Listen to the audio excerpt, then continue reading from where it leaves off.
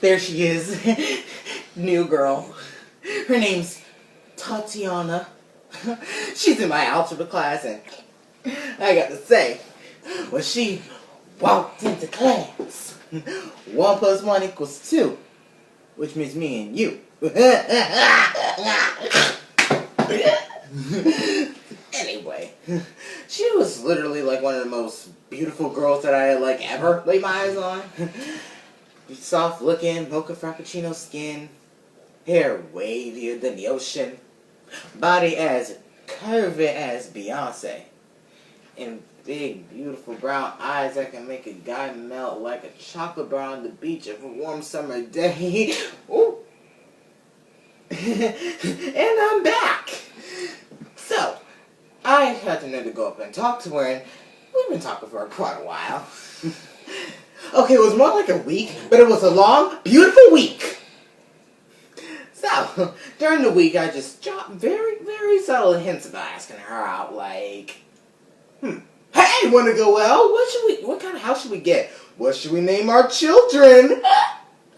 So, and unlike any other girl in my past, she said yes! And showed up! I'm a catch! So I took her to a coffee shop near my school, and as the aroma of the pastries and espresso blasted my face, she bent down to tie her shoe, and her hairbrush against my leg. So I even paid for both of our coffees, and we even shared a muffin. For a while, I chatted, smiled, and giggled. I had fun. She seemed to have fun. Her boyfriend seemed to have fun too. Yeah, all built, masculine, and taller than me.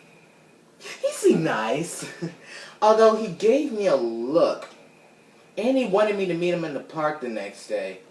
He said he was gonna teach me a lesson. Hopefully algebra. For some reason, I'm totally flunking that class. Anyway, back to Tatiana. She said she didn't want to hang out with me anymore, but she did give me this.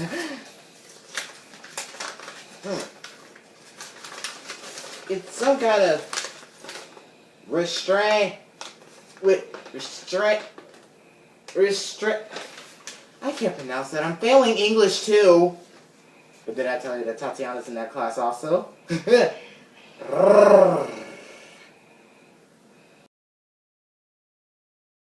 Like any other day, in Amalfi, Italy, I wake up to fresh bread baking by the nearby bakery, and people honking their horns cursing at people for cutting them off. I jump out of bed to see the light blue Mediterranean Sea and the steep Rocky Mountains on the other side. I get dressed and fly downstairs. I hear my mom say to my aunt on the phone, "He'll love America." When I heard that, my heart sank. My mom tried to calm me down, but I lost it. Tu sei pazzo. Why in the world would you want to move to that death trap and leave bread, wine, cannolis?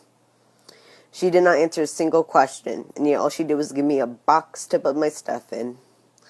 Next week, in the frigid cold December, I'm loading boxes that move to Florida.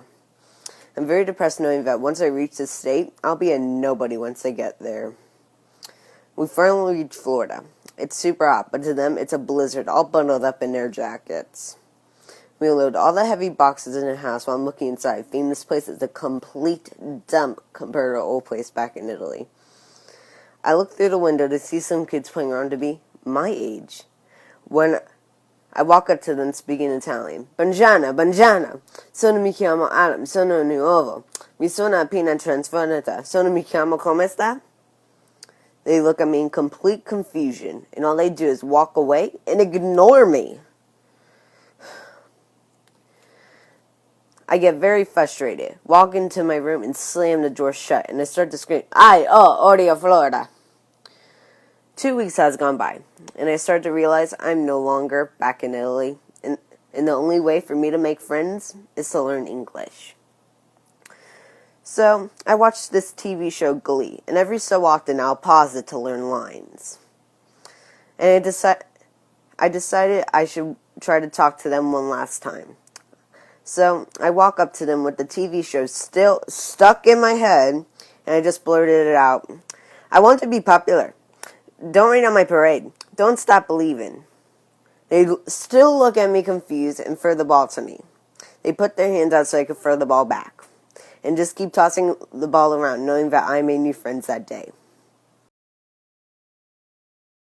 When I was at the ripe and ready age of 9, I knew that I'd have to undergo certain changes. I knew these changes were called womanhood. Young and naive, my first impression of womanhood was terrible. Growing large, tumor-like sacks of skin on your chest and being attracted to boys. Worse was a little friend that came to visit my mom every month. Tom, or time of month. He'd always leave my mom in a terribly irritable mood, and worse were her ridiculous mood swings. She'd be screaming at me about all these dishes in the sink, and then she'd say she's telling me this because she loved me. I look inside the sink and I find one plastic fork. Worst of all, it's her fork. I hoped and I prayed that I'd never become such a monster, but on the day of my 10th birthday, dear Mother Nature gave me a gift. My stomach began to swell and contract onto itself. I thought I was getting the runs or a severe gas attack. Either way, I knew I had to make it to the little girl's room. When I was in the stall, I pulled down my pants to reveal the Japanese flag. Me being at the dramatic age I was, I ran down to my teacher. "I'm dying!" I screamed. "If you're really dying, you tell the nurse, not your math teacher," he said. So I ran down to the nurse and repeated my outburst. She looked me in the eye and she said, "Never tell men.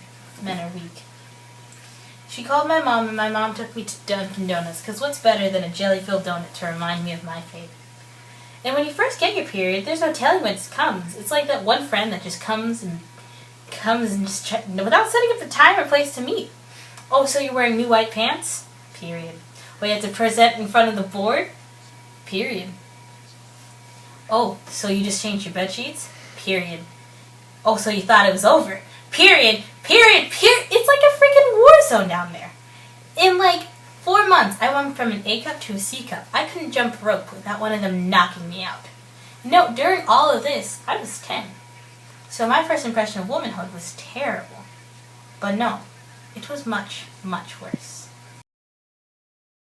But Mom, don't you want me to have a good school year? It's my last year in elementary school. Don't you want me to remember my 5th grade year? Yes, Mom. I know I was wrong about my 1st, 2nd, 3rd, and 4th grade teachers being mean, but I know I'm right this time. Every year before I meet the teacher, they have this meeting on how they can be mean to us. What do you mean, no, they don't? It's the most important meeting of the school year. It's in the science laboratory they have downstairs, with big black machines that crush all the leftover pencils and paper to make potions. There are 3 different potions. The first potion makes you be good. The second potion makes you pay attention. And the third potion makes you not lie. 2 squirts and your students are perfect, like robots. You don't want me to be a robot, do you? They're just being nice around you guys. I saw it right through her brown eyes. See, look, she's even playing music. Oh, wait, maybe school isn't that bad after all. Oh, Rachel, I can't believe Mom's had a baby boy. I remember when my baby brother was born. My life was perfect. I was youngest. I got all the attention. I had everything. Then one day, Mom said, "Jasmine, get in the car. We're going for a ride." And I heard those words. I thought we were going for ice cream, which was the exact opposite of what happened. Instead, we went to this big, it had a bunch of people in it. My dad told me to sit in the hallway while he and Mom went into a room. But a few minutes later, I was called in. "Jasmine, great news! You're gonna have a baby brother!" Right then, I cried enough tears to fill the Mississippi River. They took him home from the hospital and everyone surrounded him. "Aw, you're such a cute baby," is all I heard all day long. All the focus was on him and not me. As a girl, I required a lot of attention. All day, all night, he cried non-stop. It's like a fire alarm, went off every 5 minutes. He had me ability to sleep too, you know. Then one day, my parents decided to leave me in a room, alone, with my baby brother. He sat there, I sat there. It was like 6 minutes of awkward silence. Then he called over to me and started sucking on my finger. Disgusting. He kept trying to stare at me, but I refused to look at him. But then I took one look at that cute, chubby baby face, and I was hooked. His cheeks were so chubby and so fun to play with. Plus, he fitted into all my baby doll's clothes. Mom said, "Just a doll. Every 4-year-old girl's dream." You know what, this maybe it wasn't so bad after all. But about a few years after this one was born, I got some more news. What? You had another baby? I was just getting used to this one too.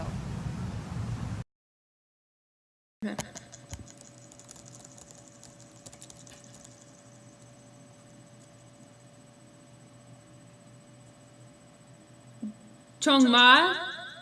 Really? You saved enough money to come to Florida? Huna, Florida's not the best place out there. I'd rather visit you in Korea. Before I moved to Florida, I had a fantasy about Florida, just like you. I always thought it would be sunny because Florida's the sunshine state. There'll always be bright and hot, never raining. We have Disney World. I can ride all the roller coasters and eat churros. We have all the crystal clear beaches. I could go, relax in the sun, swim. The people here would be so nice and helpful. I thought everything I heard would be true. It was true when I first got here. Then months passed and I learned the truth. It's all a lie. Florida is bipolar, literally. It's either the Sahara Desert or it rains waterfalls. Sometimes I'll be at Publix and it's pouring God's tears. But then when I get back home, which is 5 minutes away, it's clear, sunshine, 100 degrees. You can't even trust the weatherman. Yes, it seems we have a 25% chance of rain. And when I get back home to confirm, there's a hurricane. From far away, the beaches do look crystal clear, but a closer look, and you're in a swamp. There's seaweed everywhere in the water, trash all on the sand, and don't even go in the water because the sea lice will eat you up. People here aren't nice or helpful. They're robots. They go on with their life with no care to others. I'm really sorry to break it to you, Huna. Florida's not the best place out there. I'm sorry. Miane. I just never thought you'd save enough money to come to Florida. Oppa, I have a better idea. How about you take all that money and buy a plane ticket for me to Korea? Mr. Scott, I know I didn't turn in the permission slip on time, but please let me go. There's something I have to do at Disney World. This summer when I was 7 years old, me and my family, my family and I went on a trip to Disney. I was so excited. I'd never been on a big roller coaster before, and I was ready to prove that I was growing up. We got in line for Expedition Everest, and the girl measured me. I lucked out because I was wearing my platform sneakers. We got in the cart. I clenched my hands around the safety bar as it came down in my lap, and I thought, bring it on! The cart lunged forward, and I smiled at my mom. I had been right. I was ready for the big kid rides. The cart dipped, twisted, and turned. Then the dips turned to dives. I was starting to get scared, but I tried to hide it. We began to climb a big hill. My heart pounded. The cart screeched to a stop and started free-falling backwards. That was when I knew. We were going to die. I sobbed uncontrollably, repeating, I don't want to die, I don't want to die, I don't want to die! I can't remember anything that happened to me after that for a week. I went into a catatonic state. My parents have refused to take me back to Disney since. I had been having nightmares about Disney for years. I've had to go to therapy, but I know I'm getting better. Recently, each night I've been watching commercials for Disney parks on continuous loop. I'll stare at the picture of Expedition Everest I hung on my wall for hours on end. I've even been sleeping with a stuffed toy Yeti. That's why I need to go to Disney. To prove to myself that I can conquer my fear and ride Expedition Everest. I know you said you won't make any exceptions, but please, just this once. I mean, isn't your mission to make me a more well-rounded human being? How are you going to do that if you don't help me face my fears? I promise I'll bring you my slip tomorrow. Just please, please let me go.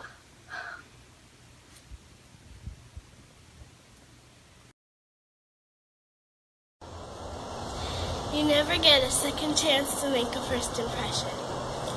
How could I forget the awful day I met Alani? She was unsightly with unbrushed hair and evil with how she talked to others.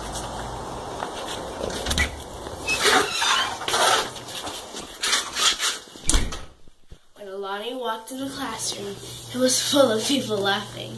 But when she came stomping in, stomp, stomp, stomp, she turned into a classroom full of fright. Crash! When the teacher was gone somewhere else, Alani yelled at the poor innocent kids in the class. It all started when Alani yelled to me, "I'm going to lock you in the bathroom for a million years." In my head, I thought, "You're an angry monster." But in my heart, I felt, "You made me feel like a little girl in a cage." After recess, when I got in the bathroom, I felt terrified that she was going to lock me in the bathroom for a million years. But when I got out, she was just standing there, crying. I asked her what was wrong. She explained to me how her grandfather had died last night, and that was the reason she had been so mean. She sounded so sad, so I gave her the biggest hug I could give. That's how I became the bestest of friends. The end.